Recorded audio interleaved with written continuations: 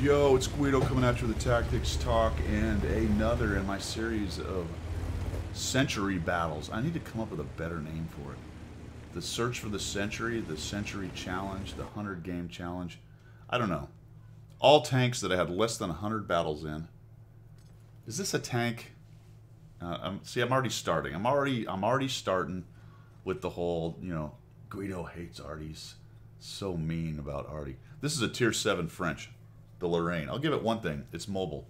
And it shoots fast and is pretty accurate. So as far as that goes, at least it's kind of an interesting artillery. So I'm going to find this defender. We're on proc. I've spawned into the north side.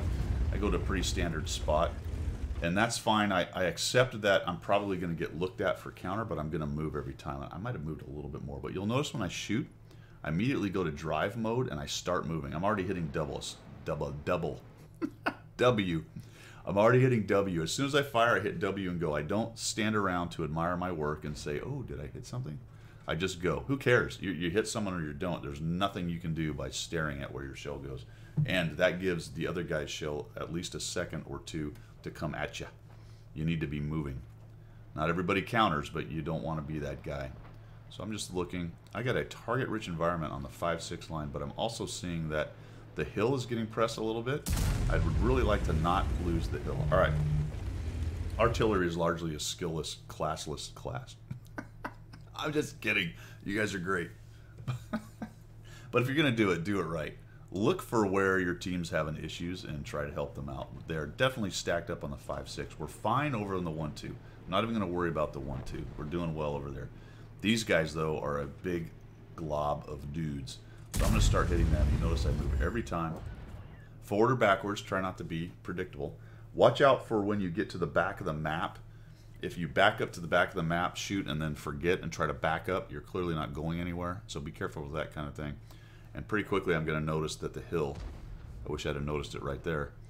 There you go. This guy right here is spotting everyone, and that M6 is spotting everybody on the back side of the hill, and they're getting torn up by all those dudes on the 5-6 line. So the symbiotic relationship on this map is the guys on the 0 line spotting the people on the hill, or the people on the hill coming to the back side and spotting your guys, in the case of our side, the north side, and getting shot at by all that stack of dudes on the 5-6 line. So good on the enemy team for actually doing a good job of helping each other right here. So I need to dissuade / kill these two. I have to get them to stop lighting up my buddies.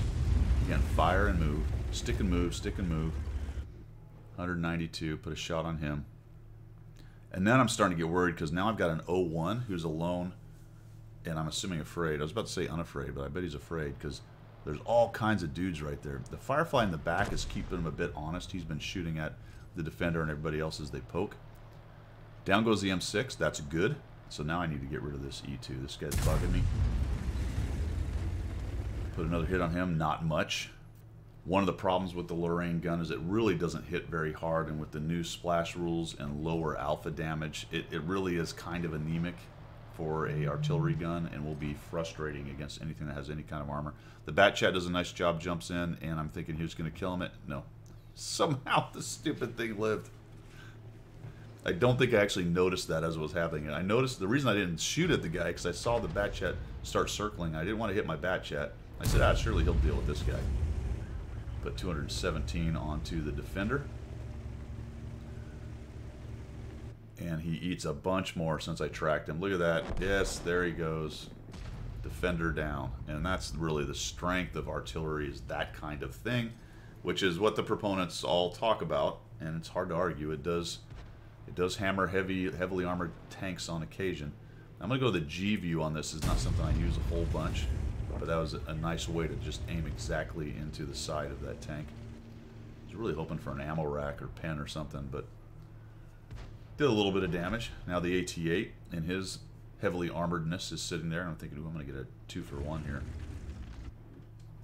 I was actually moving backwards, even though I was rammed up against the wall of the edge of the map right there. You notice that my dispersion circle was kind of being funky. That's because I was actually moving while jammed up against the wall. So while you move, your dispersion circle gets bigger, and that's why it was kind of being weird right there. And that's why I came out of God's eye view and looked down and looked at what my tank was doing because I could tell. Sometimes you'll hit a key and your tank will start, your artillery will start moving forwards or backwards even though you didn't intend it. And the way you can tell that is your dispersion circle kind of pulsing and moving and it's not zooming in. Come back out of God's view and see what's going on. You might be driving around the map randomly. Things are better in hand now. I really wish I would have helped the hill a little bit more and tried to kill that E2 thing off. I think that would have been helpful. But this is really, again, target rich down here. That was kind of a weirdness of the replay. That when I took that shot, it was well highlighted. I haven't taken any shots from the GW. That's one of those things that you got to kind of keep an eye on.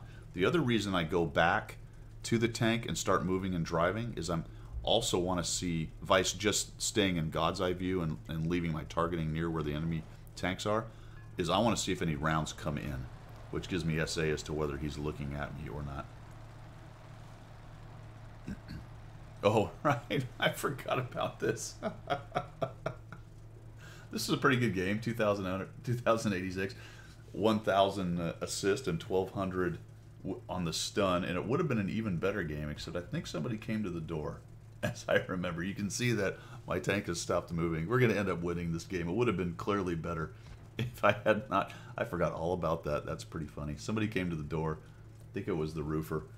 Roofer was at the door asking a question or some such, and by the time I got back to the game, I was looking at a winning card on in the garage.